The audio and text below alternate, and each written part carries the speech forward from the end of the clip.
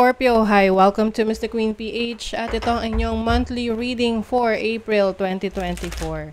This is a general reading, just take what resonates. Watch your Sun, Moon, Rising, Venus for other messages and thank you sa lahat ng mga sumusuporta dito sa ating channel. Just a reminder, gamitin nyo lamang ang reading na to bilang gabay. Pa-follow, like na rin ating Facebook at TikTok. Lahat po yan Mr. Queen PH. Like, share, subscribe, turn on post notifications para lagi kayong updated sa ating mga readings. And also, if you're interested in private readings, meron tayong 30% discount hanggang March 20, 2024. So, meron tayong link sa description kung paano makapag-book. So, paki-check na lang ang ating pinned comment at description. Okay, let's see Scorpio. Anong parating sa inyo ngayong April 2024? April 2024. May tension. Oh, okay. Maaring magkaroon ng misunderstanding with someone or may mga kumukontra or kukontra sa mga plano mo, sa mga gusto mo na pwedeng magresulta sa conflict.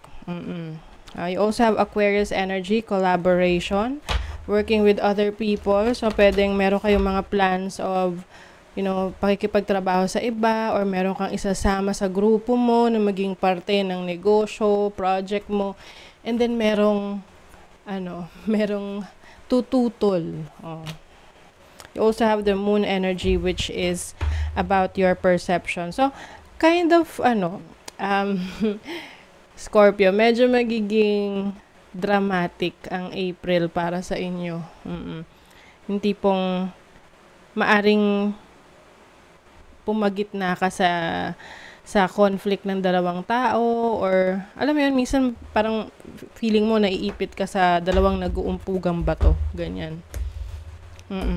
So, maganda dyan is iwasan mong may kampihan para hindi lalong lumaki yung issue.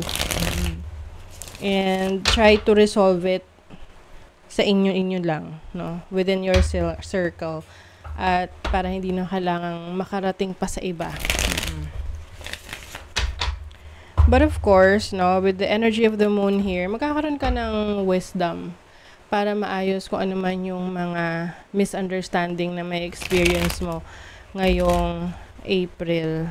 And someone is also going to help you, work with you, para maayos kung ano man tong conflicting energies sa iyo ngayong April. So, let's see your overall energy.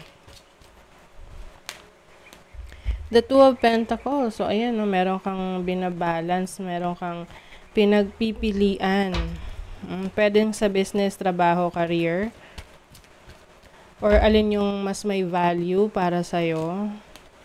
Queen of Swords. So, talagang mas pinalalakas mo ang iyong logical thinking.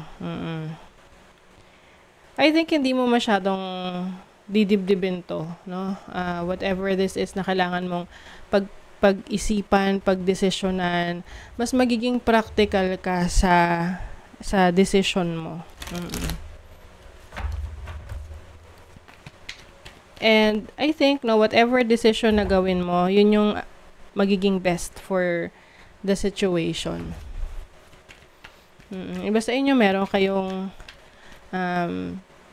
career moves, career na actions na gagawin na maaring meron kayong kailangang i-let go na isa or pwede rin namang kaya nyong pagsabayin pero kailangan dito ng time management. So, ano nang challenge ninyo? You have the Four of Wands. Yung iba may challenging situation sa home life, sa family life ninyo regarding money, no? Regarding finances. Pwedeng merong pressure sa family mo na magbigay ka ng mas malaking income or magdala ka ng mas maraming pera sa kanila. Or maaaring meron silang expectation sa'yo na kailangan mong gawin for the house, no? Halimbawa, they will ask for funds, no? Popondohan mo yung pagpapagawa ng bahay, pagpaparenovate ng bahay, or pagbili ng gamit. Tapos maaring yung demands nila is masyadong mataas kumpara sa kaya mong ibigay. So, pwedeng magkaroon ng dyan, power struggle kung sino ang mangingibabaw. So, let's see your opportunity. You have the Lovers. And then the Devil. Okay. You have the opportunity to be in a relationship. So, kung single kayo, pwedeng papasok kayo sa isang relasyon na may commitment, no? Yun nga lang, kailangan i-double check mo itong person na to or kung itong situation na to kaya mong i-handle. Kasi yung iba sa inyo, pwedeng toxic yung relationship. Pwedeng unhealthy yung relationship na to. Pwedeng yung iba, pwedeng may iba pang involved na tao rito. So, pwedeng third party situation. Okay?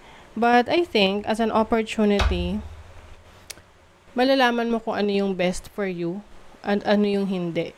So, kung sa tingin mo, itong relationship na to, or even business partnership, ay hindi mahabuti sa'yo, hindi mo papasukin.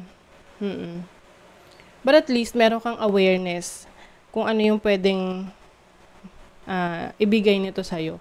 Let's say, for example, it's a complicated relationship. At least aware ka na nasa complicated relationship ka, na pwede tong, alam mo sa sarili mo na pwedeng magkaroon ng issue or conflict in the future.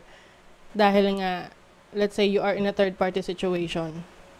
Sa business naman, kung alam mo na itong papasukin mong business, alam mo yun, medyo may sabit, no? Medyo may pagka-illegal or kaya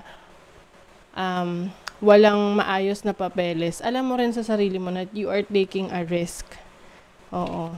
Na pwedeng magka-problema in the future. Let's see your blessing. Wow, 10 of Pentacles. And the 5 of Wands. Okay. So, meron talaga ritong power struggle when it comes to finances, pera. Oo. Pwedeng may nagde-demand sa'yo. Like, example, parents mo, or asawa mo, kapatid mo, or someone in your family that is demanding support or pera from you. Na pwedeng, alam mo yung tipong blessed ka nga in your finances, pero ang daming nag-aagawan. Or ang daming kailangang bigyan. Ganon. So, let's see what else. Uy, meron ditong ending. Oo. Alam nyo, yung iba sa inyo, Scorpio, maaring itong conflict na to, itong tension na to na may experience ninyo ay mag-lead sa ending ng connection sa isang tao. And I think, kung sa tingin mo wala ka na magagawa doon, hahayaan mo na lang na mangyari. Pwedeng you will be cutting connections with some people na masyado nang nagtitake advantage sa'yo. But you will definitely heal from that. Mas mag-grow ka after noon kasi wala nang gugulo. Oo. Let's see what else. You have the North Node, 9th house. Yes, there's definitely growth in your life, especially sa learning, especially sa spirituality. So, yung iba sa inyo nagkakaroon ng spiritual awakening. You are setting boundaries na rin. With the 9th house, maraming travel opportunities for you. Yung iba, pwedeng lilipat kayo ng bahay. Or, alam mo yun, iiwas ka na doon sa gulo na maaring mangyari sa'yo ngayong April. At you will start a new life. 'Di ba? You can always rewrite the story. Kasi yung iba sa inyo, maaring kayo yung parang sinisisi or kayo yung masama, palalabasan kayo yung masama, madamot, ganun. Pero actually, tinitake advantage lang kayo. Think first before you judge, Feather. So ngayon, mas magiging malakas ang iyong instinct, ang iyong judgment. Alam mo kung ano yung best for you, alam mo rin kung ano yung hindi. Kaya nga kahit na mag-lead to sa separation or cutting off connections, you will let it happen kasi kung yun yung magbibigay sa'yo ng peace of mind. Okay? So that is your reading, Scorpio. Thank you so much. Bye!